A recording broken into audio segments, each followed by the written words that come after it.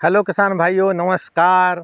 मेरे इस YouTube channel होशियार किसान में आपका बहुत बहुत स्वागत है। किसान भाइयों, आज हम फिर इस एक इम्पोर्टेंट टॉपिक पे बात करते हैं। आज का टॉपिक है हमारा कोराजन स्प्रे और गन्ने की बम्पर पैदावार। किसान भाइयों, कोराजन का स्प्रे सही तरीके से अगर हम करें तो हमें गन्ने की बम्पर पैदावार किस तरह प्राप्त होगी, इस बारे में आज मैं पूरी जानकारी आपको दूंगा। उसका सही तरीका क्या है, कितनी बार करनी चाहिए, किस समय करनी चाहिए, उसकी कीमत, उसका घोल किस तरह बनाएं, उसका हमारे फसल पर क्या प्रभाव पड़ता है, सारी जानकारी आपको इस वीडियो के माध्यम से आज मैं किसान भाइयों आपको देने वाला हूं। और आप मेरी वीडियो को शुरू से अंत तक ज़रूर देखें और मेरी जानकारी पसंद आए तो किसान भाइयों मेरी वीडियो को लाइक और शेयर करें। अगर चैनल आपने अभी तक सब्सक्राइब नहीं किया है तो मेरे चैनल को सब्सक्राइब ज़रूर कर दें, जिससे कि मेरी नई वीडियो और नई नई जानकारियाँ आपके पास समय से पहुँचती रहें।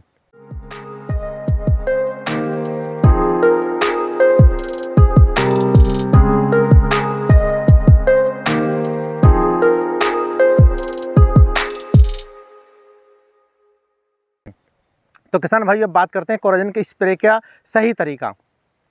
जब हम कोराजन का स्प्रे करने के लिए खेत में जाते हैं तो हमें अपने स्प्रे करते समय वो आगे की जो हमारी नोजल होती है उसको खोल लेना चाहिए और एक धार जब हमारी वो गिरती है उस धार को हमें गन्ने के तने पर गिराना चाहिए। तने पर जब हम उसको गिराएंगे किसान भाइयों तो फिसलती हुई वो हमारी जो दवा है कोराजन घोल के साथ जो हमने मिला रखा है उसके जड़ में जाएगी, या फिर हम पौधे की जड़ के पास ही उसको डालें दवा को, तो वो हमें उसका भरपूर लाभ मिलेगा।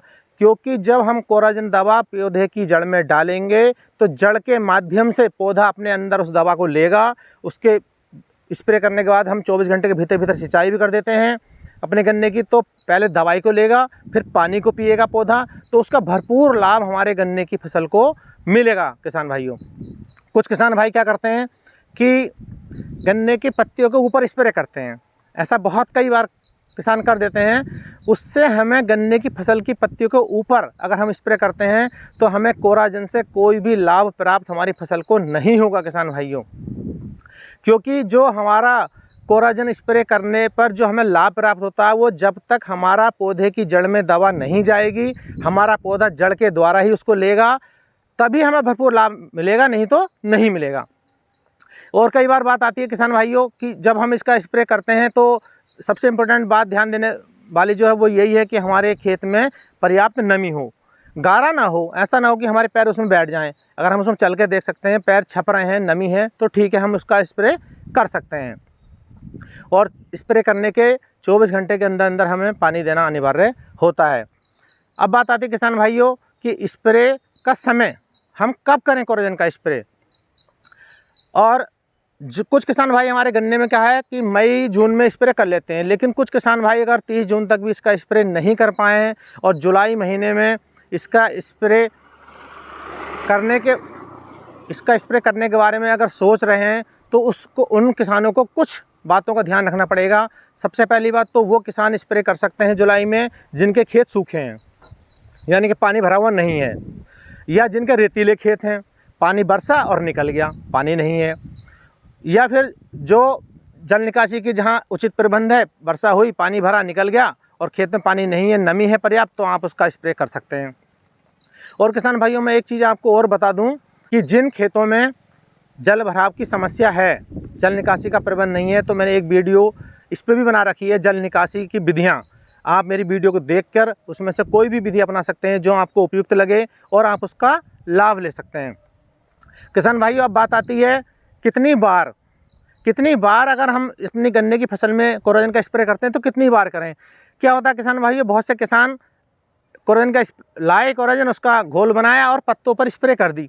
अब पत्तों पर स्प्रे करेंगे आप तो एक बार करें चाहे 2 बार करें, उसका कोई भी लाभ आपके गन्ने को नहीं मिलेगा।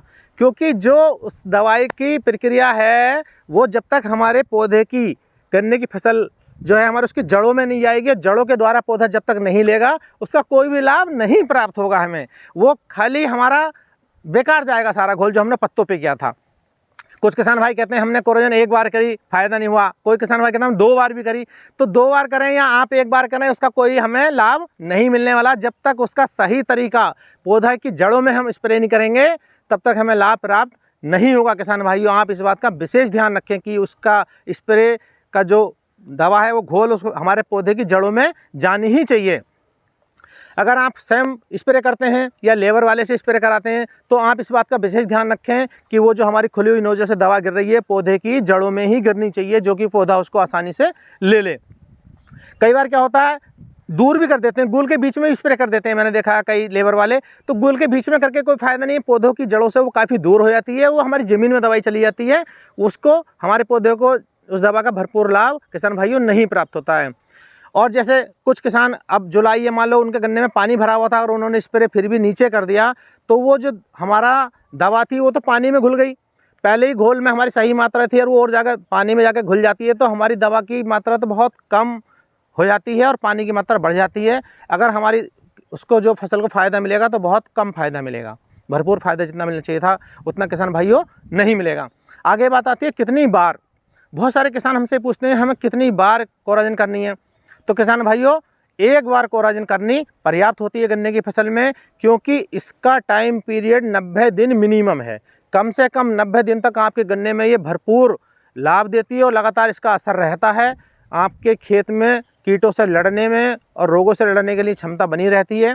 तो इसका सिर्फ एक ही बार प्रयोग करें किसान भाइयों, 2 बार ना करें, उससे आपको कोई लाभ प्राप्त नहीं होगा। आगे बात आती है किसान भाइयों इसकी कीमत की। तो इसकी 150 ml की शीशी मार्केट में आपको 1900 रुपये के लगभग की प्राप्त हो जाती है। और इसको दवाई लेते समय आप विशेष ध्यान रखें किसान भाइयों कि हमें अच्छी दुकान से और विश्वसनीय दुकान से ये दवाई लेनी है। 150 ml की शीशी हमारे 1 एकड़ के लिए पर्याप्त होती है। आगे बात आती है इसके घोल की, तो मैं उसकी मात्रा बता दूं।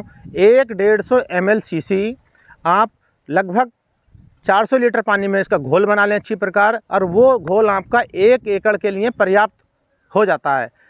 तैयार घोल को आप जब स्प्रे करने जाएंगे तो बस उसी तरह स्प्रे करनी है नोजल खोल के पौधे की जड़ में, तो उसका भरपूर लाभ मिलेगा किसान भाइयों। आगे बात आती है कि जो हमारी ये हमारे जो दवा है हमारे गन्ने में कितने दिन तक असर करती है, 90 दिन तक।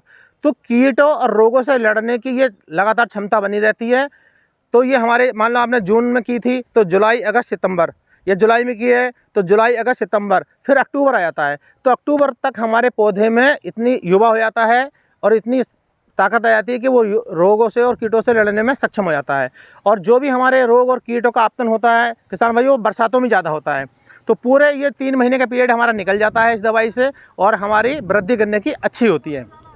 आगे हम बात करते हैं इसकी उपज की और वृद्धि की।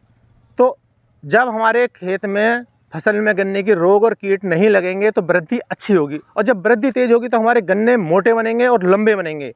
वृद्धि तेज होगी किस खेत की और अच्छी होगी, अच्छी पैदावार प्राप्त होगी। तो ये सारी चीज़ें अगर आप ध्यान रखेंगे कि किसान भाइयों जो मैंने आपको बताए हैं कोराजन स्प्रे करने से पहले जो भी ये तरीके हैं इनको ध्यान में रखें और उसी बातों को ध्यान में रखते हुए आप कोराजन का इस्तेमाल करें, तो आपको भरपूर फ़ायदा मिलेगा और बम्पर पैदावार आपको प्राप्त होगी किसान भाइयों।